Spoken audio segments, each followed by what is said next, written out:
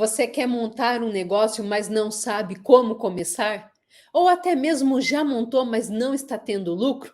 Se você disse sim para algumas dessas respostas, fique neste vídeo até o final, pois eu vou trazer a você todos os pontos que eu considerei para montar as minhas duas empresas que têm sucesso, assim como também são pontos que eu vejo nos meus alunos que, quando chegam aqui com problemas financeiros, são pontos que eles não consideraram no seu plano de negócio.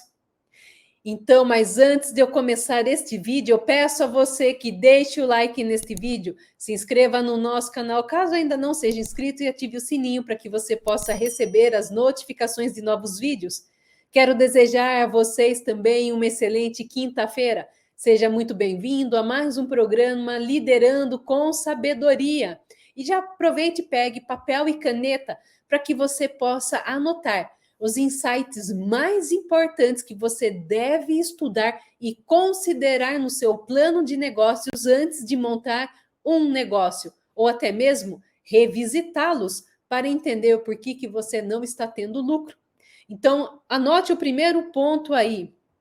Você deve conhecer o seu mercado, aonde você está colocando os seus pés. Eu vou dar um exemplo da oficina mecânica. Quando eu fui montar a oficina mecânica e eu decidi que era um negócio em que eu iria estudar para ver se eu realmente iria ter lucratividade, iria ter sucesso, eu comecei a entender que o ramo de oficina mecânica tem N tipo de oficinas diferentes.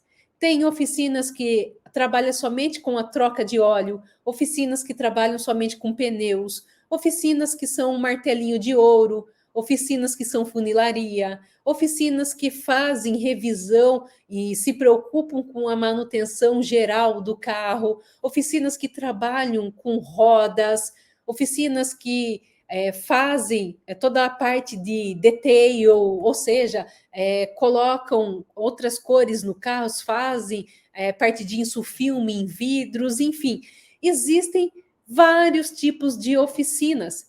E aí eu comecei a entender qual era o tipo de oficina que mais conversava comigo.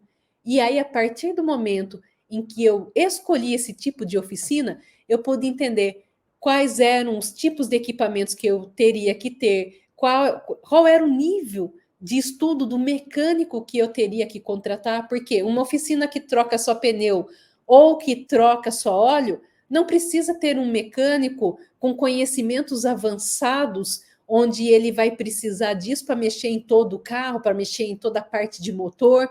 Então, é uma mão de obra um pouco mais barata, né? Não vai precisar também de equipamentos tão caros, porque eles mexem com coisas mais simples. Enfim, então eu fui entender qual era o tipo de oficina e o que eu precisava no meu negócio, no meu ramo. Então, eu convido a você a começar por esse ponto, entender quais são os tipos de negócio dentro do seu próprio ramo e qual que você vai seguir, tá bom? Segundo ponto, qual é o tipo de cliente? Eu vejo a diferença entre tipos de cliente. Hoje, nossa oficina trabalha com manutenção mecânica. Então, eu tenho um tipo de cliente que ele está preocupado com a manutenção preventiva, porque ele sabe que a preventiva vai ficar o carro menos tempo na oficina e vai ficar uma manutenção mais barata do que a corretiva, porque a corretiva, como o próprio nome diz, o carro já quebrou. E aí, quando uma peça quebra, ela geralmente também acaba danificando outras peças, porque o sistema ficou sem uma peça e acabou afetando outras, né? A manutenção vai ficar mais cara, o carro vai ficar mais tempo na oficina, enfim. Então, eu começo a entender qual que é o meu público, né? Começo a entender se são públicos de pessoas mais jovens, né? No meu caso, são pessoas que têm famílias, têm filhos, mulheres que trabalham e não podem ficar sem o carro, enfim. Então, você vai entender também o seu tipo de cliente conforme a pergunta 1, né? Qual é o mercado em que você vai atuar? Então, esses dois estão muito ligados, tá bom? Então, entenda, primeiro, qual é o ramo, qual que é o nicho dentro do seu mercado, do seu ramo que você vai trabalhar. E segundo, qual que é o cliente específico desse nicho. tá bom? Um outro exemplo que eu quero dar aqui para você entender bem, por exemplo, se você faz doces, você pode falar assim, mas todo mundo que come doce é o meu cliente. E aí eu vou trazer um exemplo que talvez vai ser bem claro para você. Nós temos doces numa Copenhague e temos doces, por exemplo, numa padaria. Geralmente, numa padaria de bairro, o doce é mais simples, é mais barato, é mais acessível.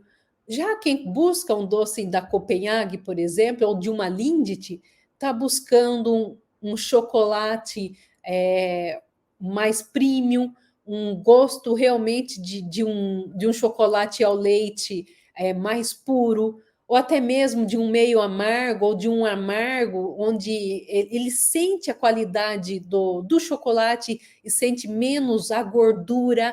Enfim, é um chocolate diferente, com preços diferentes. E eu falo para você, talvez a pessoa que compre um chocolate na Copenhague, não, ou até mesmo numa Lindt, não compre o chocolate de uma padaria onde às vezes utiliza um chocolate hidrogenado, porque ela já tem o paladar mais apurado, mais refinado, e ao perceber a gordura no chocolate, isso não a agrada, então aquele chocolate não a atrai, ela prefere pagar mais caro. Então, é esse o exemplo que eu quero dar a você. Se você trabalha com chocolate, qual que é, para qual lado você tende? Ao lado da qualidade ou ao lado do preço? Porque tem cliente para os dois. Você só precisa saber em qual deles você vai atuar, tá bom? Então, espero que com esse exemplo eu tenha trazido mais clareza para você. Terceiro ponto, local. Seja o local físico ou seja um local online, aonde que você vai atuar. Então, se você vai montar uma loja num local físico, você tem que casar esse local com o seu tipo de cliente, né? Então, tá vendo como uma informação é amarrada na outra? E se você vai ter uma loja online, estude se você, por exemplo, vai ter que enviar um produto para a pessoa, se vale a pena fornecer para o Brasil inteiro no seu início ou se vale a pena focar em regiões próximas a você, onde o frete vai ser mais barato, né? Então, você tem que entender disso também, para que você possa ser mais efetivos nas suas vendas, principalmente online, porque provavelmente você vai gastar dinheiro com anúncios, então que você gaste nos locais onde você tem uma maior probabilidade de vender, tá bom? E não perder a venda por causa do seu produto, e sim por causa do frete. Então, estude muito bem o local.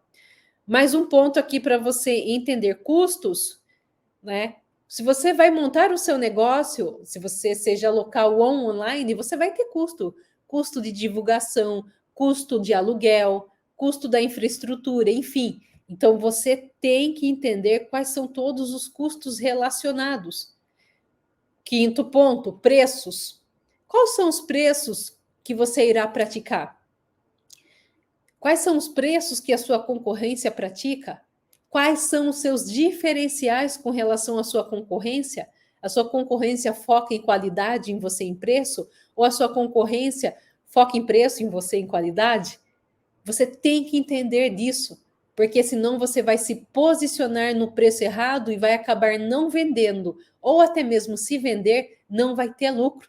Eu já recebi empresários aqui que estavam entregando mais qualidade, comprando os melhores insumos, estava entregando mais qualidade, dedicando mais tempo na execução do serviço, mas estava cobrando muito barato, porque o concorrente que não foca na qualidade, sim no preço, cobrava mais barato.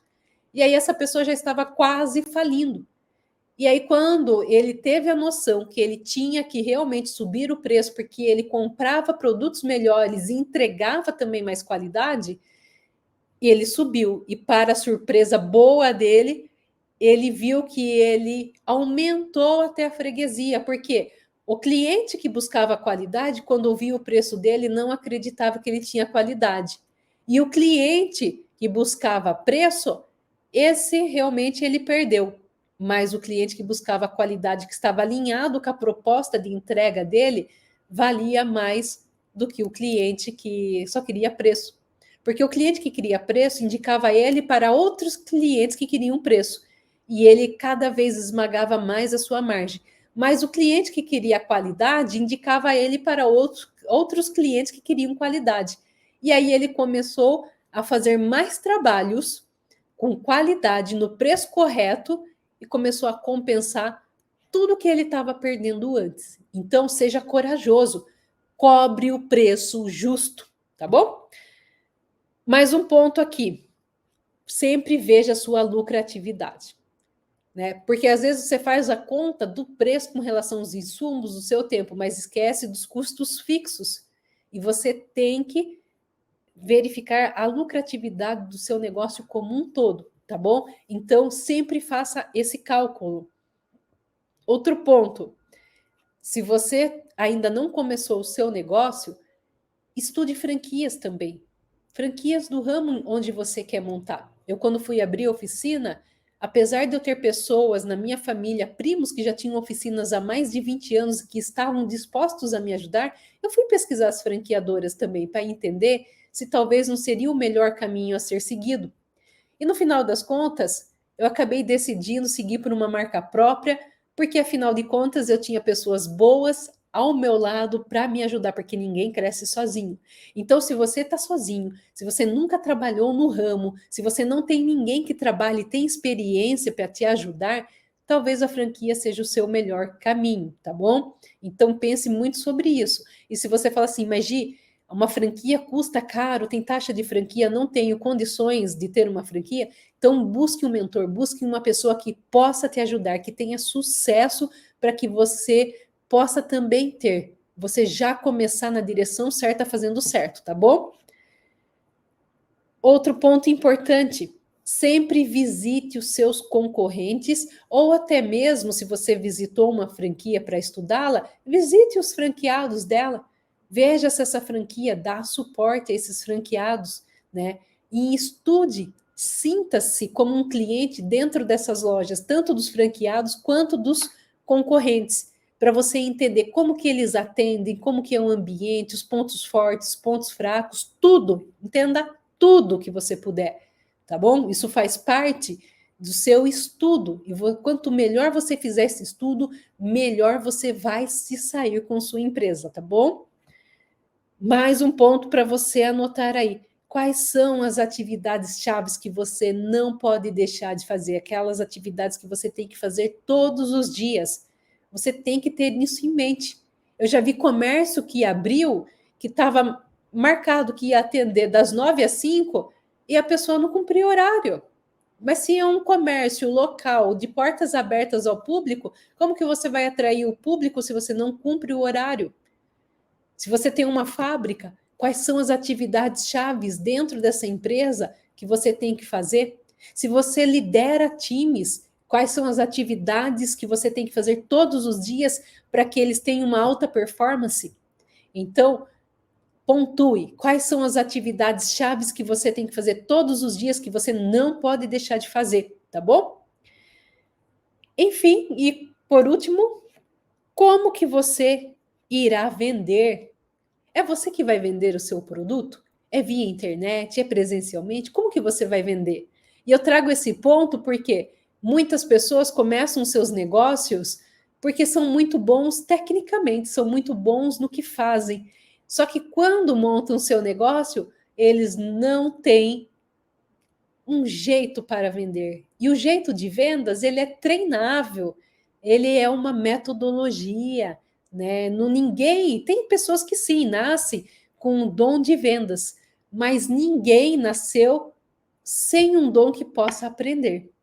Então, isso aconteceu comigo. Quando eu abri minha oficina mecânica, eu não tinha as táticas, as técnicas de vendas, e eu tive que ir lá aprender.